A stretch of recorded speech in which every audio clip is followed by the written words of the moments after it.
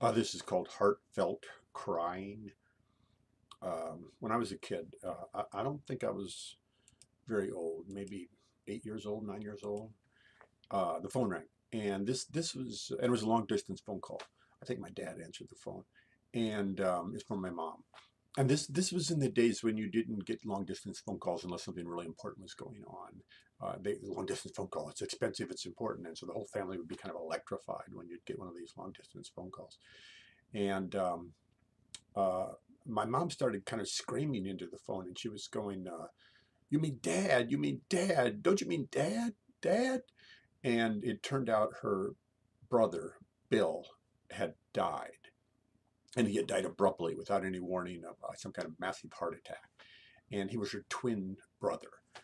And her father, they both were named William. Her father was called Willie, and my uncle was called Bill. And so when they were trying to tell her, Bill is dead, Bill is dead, and she couldn't get her head around it. I think she was psychologically prepared for that her father might die, um, but not her brother, not her twin brother.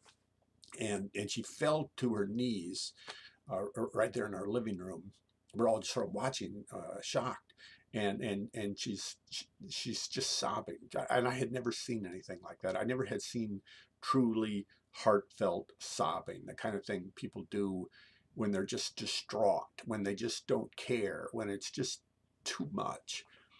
Um, we took a train down there, my mom and I. I think my dad had to work, and so the rest of the family stayed up in Iowa, and we went down to Missouri on his train, just my mom and I. And the whole time I felt kind of funny because I knew how important this was to my mom and how deep and profound this thing was for my mom. But it wasn't really like that for me. I mean, I wasn't close to my Uncle Bill. And I think he was a good guy, but he was kind of a macho World War II kind of guy who smoked cigarettes and hung out with the men. And I just didn't have much to do with him, and I was a little scared of him. So, but I just didn't feel any feeling, and I kind of felt guilty about that. Like, maybe, it's my uncle, if I should care. At the funeral, my mom, I was not sitting with my mom. I can't remember why. I think she was with the siblings, Bill's siblings. And I don't know who I was with. And the funeral service and everything goes, and everybody, and we're filing out past the coffin, and there's an open coffin. And I'm looking at my Uncle Bill, and I don't know why. The guy I'm with says, "You can touch him." And I reached out and I touched the cheek of my Uncle Bill's corpse, and I don't know why, but it freaked me out. It just freaked me out. I think maybe it was the first funeral I ever went to. That's how young I was. And I started crying, and I couldn't stop.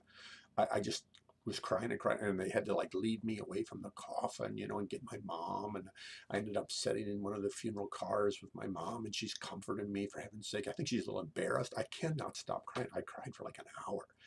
To this day, I'm not entirely sure what I was crying about. Um, uh, then I don't know. There was, when you're a kid, you don't want to be called crybaby. But I think I was kind of a crybaby. I'd get really frustrated and angry or something. I'd come home and I'd cry.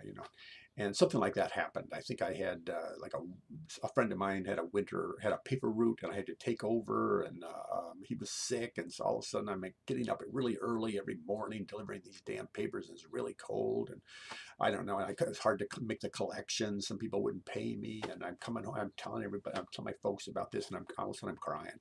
And my little brother makes fun of me, mocks me. You big crybaby, shut up, for God's sakes. And all of a sudden I was angry. I was furious, and I took a kind of a vow: I will not cry. I will never cry again. And I mean, it's just a kid thing, but in a way, it came true. After that, I just didn't cry. I didn't cry about anything. Um, Nothing seemed to bother me that much that I would cry.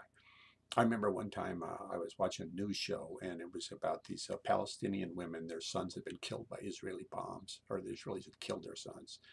And I don't even know what the context was. And the sons were in coffins, and the women were just, it was exactly like what had happened to my mom when her twin brother died. They were just paroxysms of grief. They were like trying to embrace the coffins. That kind of crying, you only can cry. Sometimes I don't even know if men can cry like that. Grown men, um, full out, nothing held back, snot running down your face, sobbing. Maybe only little kids and adults who are completely heartbroken can cry like that. When you cry like that, it's because you know you have lost something irreplaceable, something that means everything. You have lost what you love. It is gone forever.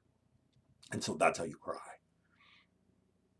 Years later, I was in the funeral parlor. My mom had died many, many years later. I'm a grown up. And I went into the room where the coffin was. It was an open casket. And no one else was in the room but my mom's body and me. And I kind of had this idea somebody was going to come in and see me there. And I wanted to cry. I wanted to cry. It was my mom. And it was like I was in a play or something like that. And I wanted people to see my grief, I think. But I couldn't cry. And then I realized, nobody was going to come in. It was just me and my mom's body. And I was, she was in a nice dress, and a neighbor had come in and fixed up her hair, and they put all that, funeral parlor makeup on her, and I couldn't cry. I wanted to tell her something. I don't even know what I wanted to tell her. Um, I never did cry.